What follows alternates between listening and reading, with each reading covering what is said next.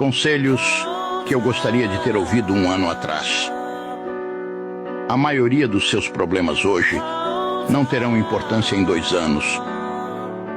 Talvez você nem exista nesse futuro que te causa tanta ansiedade. Não seja tão perfeccionista com seus planos para o futuro. Não temos controle de nada. Ninguém liga para sua história até que você tenha sucesso. O desconforto, às vezes, é sinal de crescimento. Constância e disciplina conquista qualquer coisa. Se você não agradece pelo que tem, por qual motivo quer mais?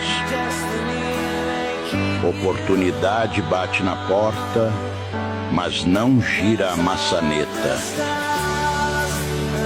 Se um problema não tem solução, solucionado está.